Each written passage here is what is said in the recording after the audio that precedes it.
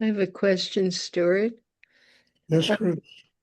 would you please review how to drop negative psychic tension through the chakras in your feet? I mean, the hands at your side exercise, or No, with your lower chakras and your feet. You told us a long time ago that if you raised your feet on the side of your bed and opened those chakras and then dropped your feet over the side of the bed, that was a good thing to do. I just wanted to make sure I'm doing well, that. I didn't. I told you about the hands doing that. I never remember telling about the feet. Although you can do that. I mean, that's a good idea. You could Okay. raise your feet above your head and let the Shakti, there's a chakra right at the center of the sole of your feet, each foot. Yeah. Let the energy come in and go into the third chakra and then let the feet drop. Yeah, it's the same thing as doing the hands. Okay. That's what I wanted to know. Thank you. Yeah, yeah. I mean, the hand exercise I do all the time. Yeah. And frankly, when you train your mind to be centered in the chakra below the navel, it'll eliminate, I would say, 80% of the tension inside you. Okay. Just the training of the mind to stay centered there. And that is such a, profound aspect of this meditation that we do, that it's the very core of the work. But once the mind gets that training, and it stays not just during meditation class, but all day, you understand? I would say 80% of your tension will just vanish. There'll always be some, the mind ticks away, it ticks away, and there'll always be some tension, but you'll be able to manage it, and it'll no longer be a thing that takes over and creates depression, unhappiness, kind of a uptight state of inner being, Yeah. Uh, so that's the practice, training the mind, because the mind is such a powerful instrument. It has no training. Mhm. Understand? Most 98% of the people in this world, there's no training. Yeah. And people just are thinking all the time, and mostly the thoughts run wild inside them, creating chaos, creating tension, creating an enormous amount of problems inside people. And I would say even most illness is a byproduct of that tension breaking down the cells, in a person's body. So that training will eliminate right there 80% of the tension. Then you can sit down and drop your arms at you, say, help me surrender all negative psychic tension. That'll release the tension right on the surface, Yeah. all the surface tension. So that's what I suggest. I mean, people avoid, unless money is involved, you know, people don't want to get, you become a doctor, there's a lot of money involved, career, profession, a position in life. You understand? And you are willing to get training to learn how to do this.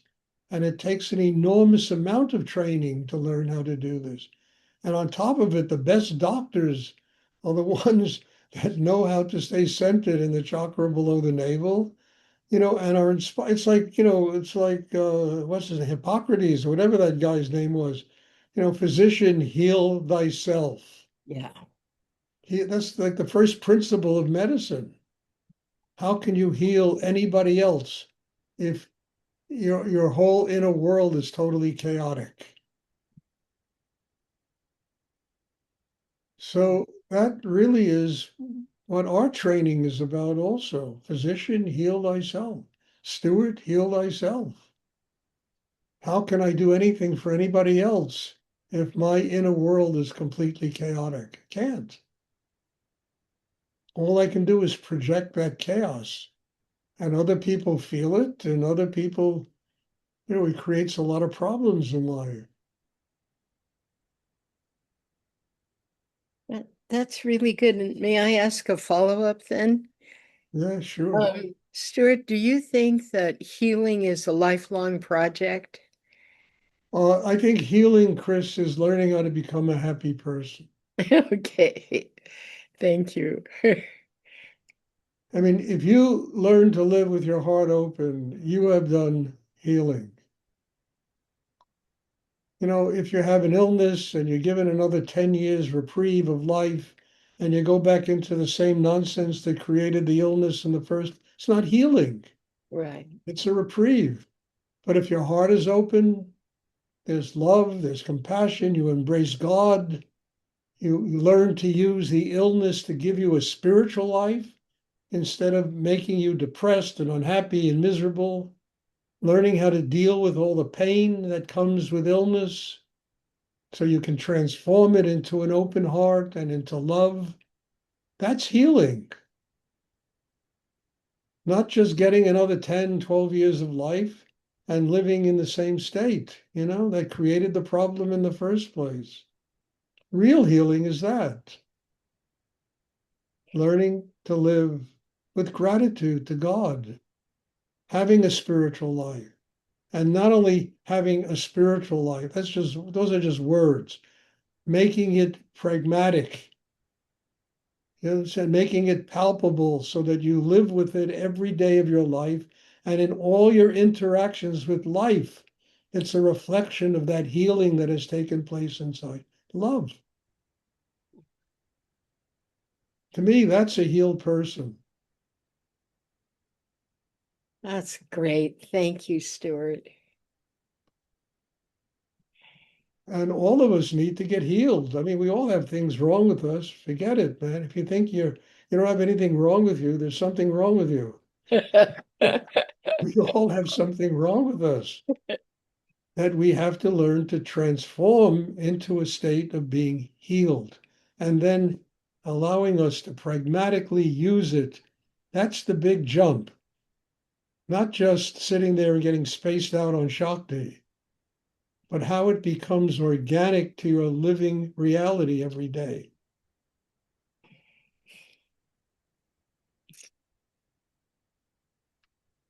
That's the real training, isn't it? Yes, that's how you work out karma. Why do we have karma? We got to learn to work it out. Well, Yeah. how do you learn to work it out? It's through that healing process. So instead of being angry at the world, I mean, I told you last night about this. I had this last week. I had all these scammers calling me and telling me all this stuff about how my book is going to become a bestseller on the New York Times and this and that, and movie studios in Hollywood are interested in making. At first I got really upset. And then I said, no, Stuart, these people are just trying to earn a living. That's all. It's their job. If you're stupid enough to let them do this to you, then you are responsible. You understand? So instead of being pissed off, there's a whole industry now called scamming. And it's all because of the computer and the internet and all this nonsense. And if you allow them to scam you, then you got to blame yourself. They're just trying to earn a living, these people. I mean, and I started to laugh, and then it all began to fall away. It all began to fall away.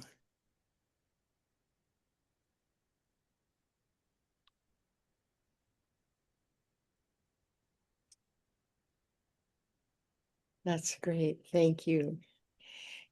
You're welcome. Does anyone else have a question they would like to ask? I hope it's clear because there's a great question about healing. Healing is not just getting over an illness. Healing is how your connection with God becomes palpable in your day-to-day life, in the way you interact with life and how you work out your karma. You have finally freed yourself of suffering, of pain, of difficulty, by having healed yourself and allowing that energy to become something pragmatic in your day to day life, the way you interact with your family, your friends, loved ones, or, people you meet on the street, people, period, and people can be a pain in the ass, but they're only a pain in the ass if we allow them to be a pain in the ass, if we haven't healed ourselves so we can deal with them in kind of a loving and conscious way, forgiving way.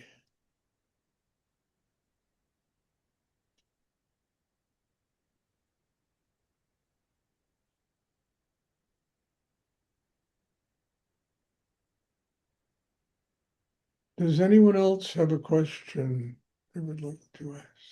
Hi, Stuart. Leo here. Yes, Hi. Leo.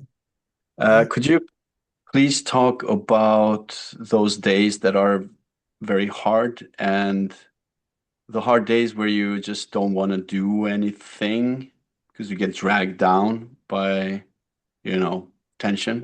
Leo, when I was younger, and I had a very remarkable teacher, he was the strongest energy force I had ever been around in my life and still have ever been around in my life.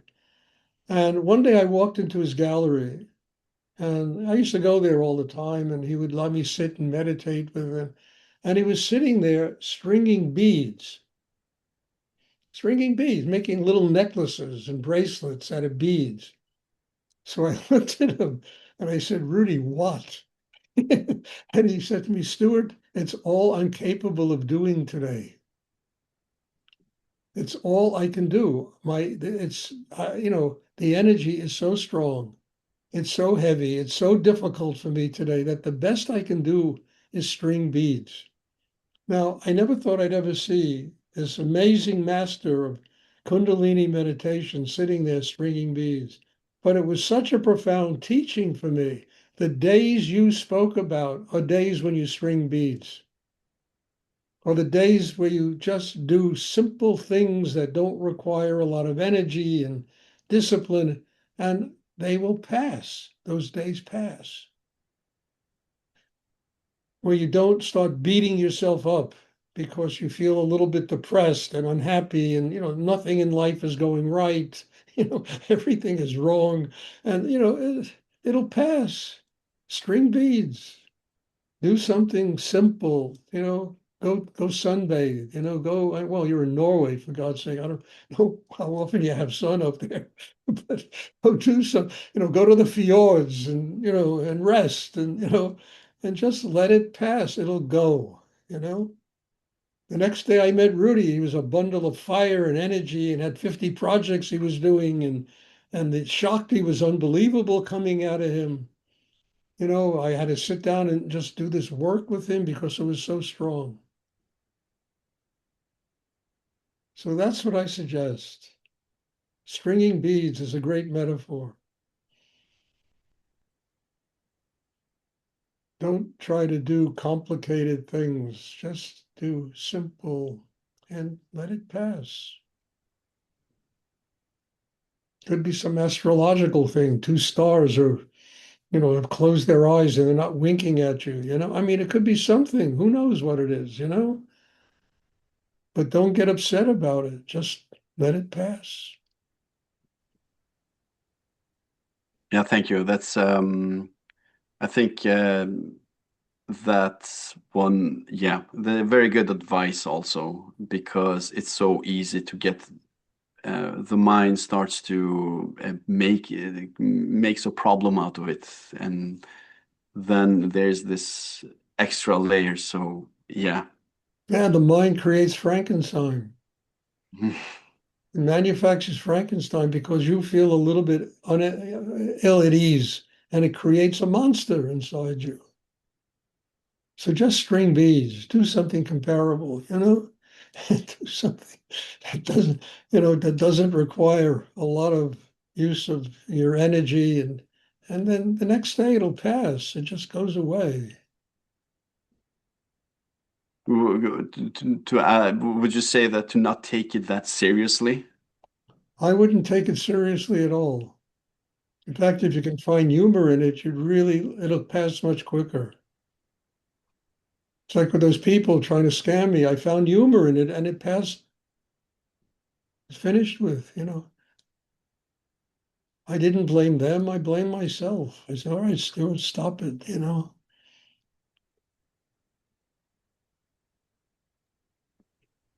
Humor is a great healing energy. Being able to laugh, being able to, you know, find that comedic fool inside yourself, that part of you that's funny, and you can laugh at it. It's really a way of healing yourself also of problems.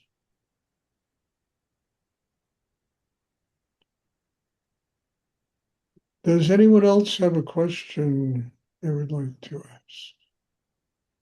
Sir, I have a question. Yes, Bob?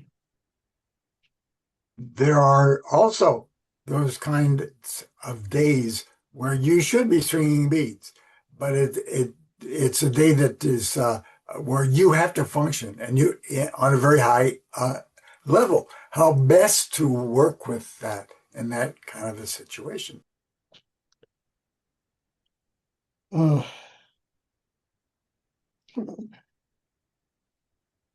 how best to work and well, the best way to work, I don't know. Everybody's different, Bob. Look, I've been under so many high pressure situations in my life. And how do I work with them? I always do my inner work and try to connect with a higher force of energy to help me get through situations, no matter what, you know, uh, I'm feeling on any given day. I try to connect with spirit, with God, higher energy, to get the energy that's strong enough to help me do what I have to do. And sometimes the unhappiness, the little ill at ease, that taste of depression, it doesn't go away. But if you connect yourself to that higher energy, it will help you master the things you have to do every day. And then you learn how to transform that stuff. You learn how to bring that depression, that unhappiness into the chakra below the navel, because you have built a system that makes you capable of doing it, and you transform that heaviness into a lightness. And you can do that. You can transform it into a lightness of being. But that's all part of the training that I'm trying to give people here, to learn how to take whatever is going on in your life and transform it into a lightness of being. We can master that kind of energy. And then instead of feeling it for days and weeks and months, it can go away in 10 minutes because the mind is strong enough to, bring it down into that area of chi and transform it into harmony and balance. It's a big part of this meditation practice to learn how to do this. And the only way I've learned how to do it, Bob, and I have high pressure things all the time, and the only way I've learned how to do it is by doing that, bringing it into that chakra, transforming it into a lightness and open heart. And most of that stuff occurs because the heart is not open. We're in our heads trying to figure out life and how, and it makes it even worse. So that's what I would suggest. Try to bring that heaviness, that depression, bring it down. Use your will to bring it into the chakra below the navel. And it'll keep coming up and you bring it down until it finally listens to you and it stays there. And you no longer have depression, you have harmony, balance, rootedness, foundation. You have mastered the inner chaos.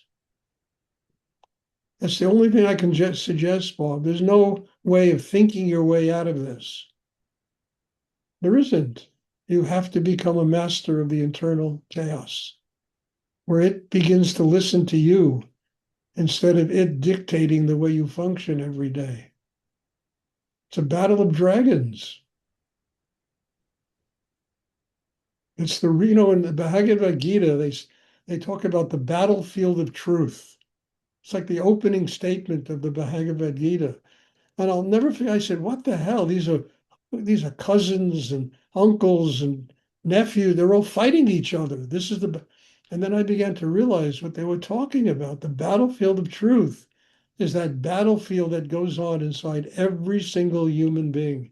Can we slay our internal dragons? Can we, take that tension, that anger, that anxiety, transform it into an open heart by bringing it into the chakra below the navel, by creating foundation, rootedness, and balance inside ourselves? That is the battlefield of truth. Because once you do that, the whole world changes around you. You see a different world.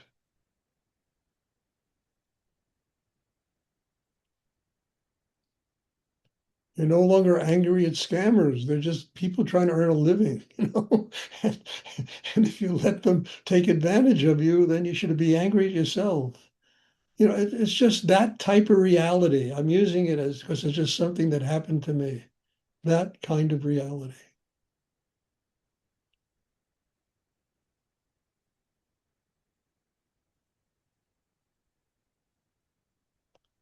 Very good answer, Stuart. Thank you very much. Very You're good. welcome, Bob. You're welcome. Okay, now do it. Okay, now do it. Does anyone else have a question they would like to ask? Okay, great questions today. Thank you all. God bless you all. I don't know if people disappear. I don't know what they miss. It's just so strange to me to see people disappear when they can spend 10 more minutes and this comes out, all this stuff comes out. Anyway, thank you. Bless you all. And there will be meditation tomorrow evening, and then this class will be Thursday. And I'm looking forward to seeing everybody. God bless you. Have a wonderful day or a wonderful evening, wherever you are. And I'm looking forward to seeing you soon. Thank you, Stuart. Thank you. You're Thank you, welcome. Stuart. Very Have a good much. one.